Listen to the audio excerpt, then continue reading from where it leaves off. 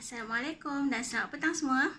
Okey, hari ini kita akan sambung pembelajaran kita. Okey, hari ini kita nak belajar Komsas. Okey, apa itu Komsas? Okey, Komsas adalah komponen sastra. Okey, untuk hari ini kita akan tengok puisi. Okey, dalam puisi dia ada dua. Okey, puisi tradisional dan juga puisi moden. Okey, puisi moden ni adalah sajak. Okey, untuk hari ini kita akan belajar sajak. Kita umpama sehelai daun. Okey, kamu boleh keluarkan buku teks Komsas kamu, iaitu Ku Ingin Berterima Kasih. Okey, kamu cari saja kita umpama sehelai daun. Okey, untuk hari ini cikgu akan ajar maksud, tema dan persoalan dan bentuk sahaja. Okey, untuk gaya bahasa, nilai dan pengajaran kita akan sambung next class nanti. Okey? Okey, baiklah.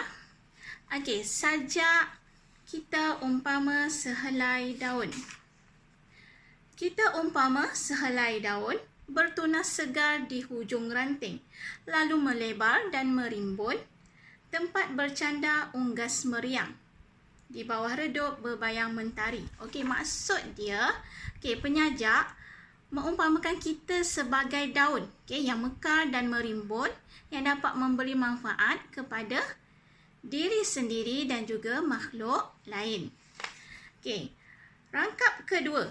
Andai kikir jasa dan bakti, di mana lagi tempat bernaung? Dari tusukan bahang memijar, unggas kecil tidak berkudrat. Okey, kikir ni maksudnya kedekut. Okey. Okay, maksud kat dekat sini, penyajak menyatakan bahawa sekiranya tiada lagi manusia yang berbuat jasa dan bakti, yang berbuat baik, maka insan lemah tiada lagi kudrat. Maksudnya orang yang lemah akan jadi lemah lagi lah. Dan juga tiada lagi tempat untuk berlindung daripada panas matahari. Maksudnya tak ada tempat berlindung lah. Tak ada rumah. Rangkap ketiga. Kita umpama sehelai daun bakal kering sampai waktunya. Usahlah angkuh keupayaan diri sehingga lupa makhluk duafa. Ingin bernaung mencari hidup. Apa maksud duafa kat sini? Duafa ni maksudnya orang yang lemah, orang yang susah, orang yang miskin. Maksud rangkap ketiga, penyajak mengingatkan kita bahawa pada suatu hari nanti kita akan menemui ajal. Maksudnya semua orang akan mati. Oleh itu kita janganlah angkuh ataupun sombong dengan kelebihan diri yang kita ada. Sehingga melupakan kesusahan orang lain. Sebaliknya kita kenapa sentiasa bersyukur, sentiasa merendah diri. Sentiasa bantu orang lain. Yang keempat, jadilah sehelai daun, hijau menunas menyegar mata, kering gugur menjadi baja. Penyajak menyeru agar kita menjadi manusia yang berguna dan berjasa sama ada semasa hidup maupun setelah tiada lagi di dunia. Maksudnya kita meninggalkan nama yang baik dan meninggalkan jasa yang orang boleh ingat.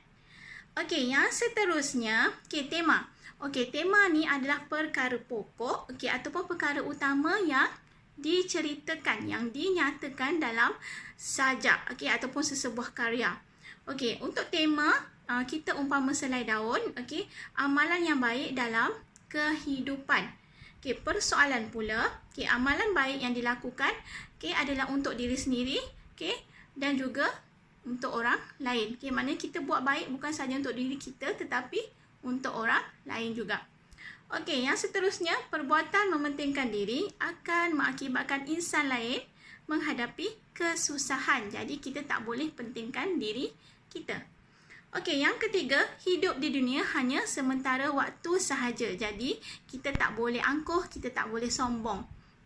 Hidup ini umpama putaran roda. Ada masa kita di atas, ada masa kita di bawah. Dan yang keempat, menjadi seorang insan yang berjasa dan berbakti. Sama ada semasa kita hidup ataupun setelah kita meninggal dunia. Bentuk. Penting gaya bahasa pun penting. Tapi ini cikgu terangkan dulu bentuk. Bentuk sajak. Yang pertama, sajak ni ada 4 rangkap. Okey, itu bentuk yang pertama. Okey, kemudian bilangan baris. Okey, bilangan baris setiap rangkap tidak sama sebab sajak Okey, awak tengok rangkap pertama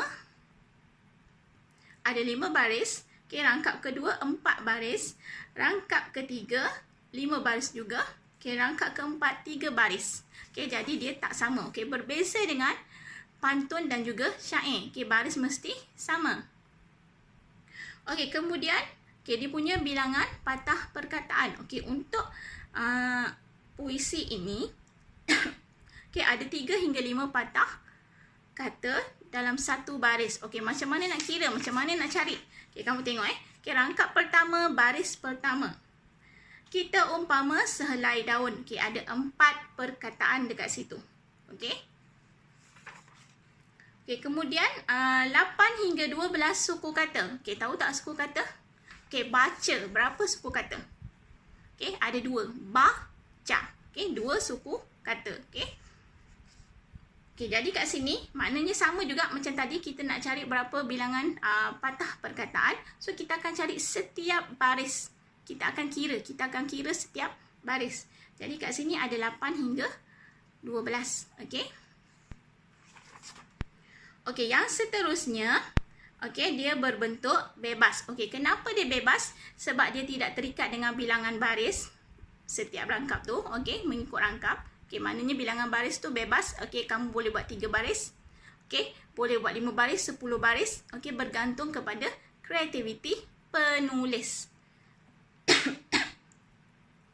Okey, kemudian kenapa juga dia adalah bebas? Sebab rima akhir. Rima akhir dia tidak sama. Jadi boleh nak sama ke tak nak sama ke boleh. Okey. Kita tengok macam mana nak cek rima akhir. Okey, kamu tengok kamu punya buku. Okey, tengok baris pertama, rangkap pertama. Kita tengok perkataan yang hujung Okey, daun. Okey, baris kedua ranting. Okey, jadi tak sama. Baris pertama dengan baris kedua tu tak sama. Jadi bila kita nak cari rima akhir, kita akan tulis ikut ABC lah. A sampai Z. Okey, jadi yang pertama tu kita letak A dulu. Okay, kemudian yang B ranting tak sama dengan daun. Jadi kita letak B. Okay, kemudian merimbun. Sama tak dengan yang pertama? Daun, UN kan? Okay. Kemudian yang ketiga ni bun. UN juga kan? Okey, jadi sama, hampir sama bunyi. Jadi kita letak A. Okey, kemudian unggas meriang. Meriang tak sama kan dengan yang atas dia? Tak sama. Okey, jadi kita letak C. Okey, kemudian mentari tak sama dengan daun, tak sama dengan ranting, tak sama dengan merimbun, tak sama dengan meriang. Okey, jadi kita letak D. Boleh faham Jadi seterusnya tu pun sama juga konsep dia macam mana nak cari. Okey. Okey, nada dia adalah bernada romantis. Okey, untuk latihan cikgu tak beri latihan untuk yang ini. Tunggu sehingga habis gaya bahasa, nilai dan pengajaran baru cikgu bagi latihan. Okey. Boleh faham tak macam mana nak cek rima akhir? Okey, kita tengok balik untuk rangkap kedua. Okey, bakti. So kita letak A dulu. Okey, bernaung tak sama dengan bakti. So kita letak B. Okey, kemudian memijar tak sama dengan bakti, tak sama dengan bernaung. So letak C. Okey, berkudrat tak sama juga. So letak D. Okey, kalau masih tak faham, boleh tanya. Nanti cikgu akan jelaskan semula. Okey. Okey, sampai setakat ini saja untuk kelas hari ini. Okey, sekiranya masih tak faham, boleh tanya. Okey, untuk latihan, cikgu bagi kemudian. Bila dah habis belajar, kita umpama sehelai daun. Okey, bye. Terima kasih kerana menonton. Assalamualaikum. Selamat sejahtera. Bye.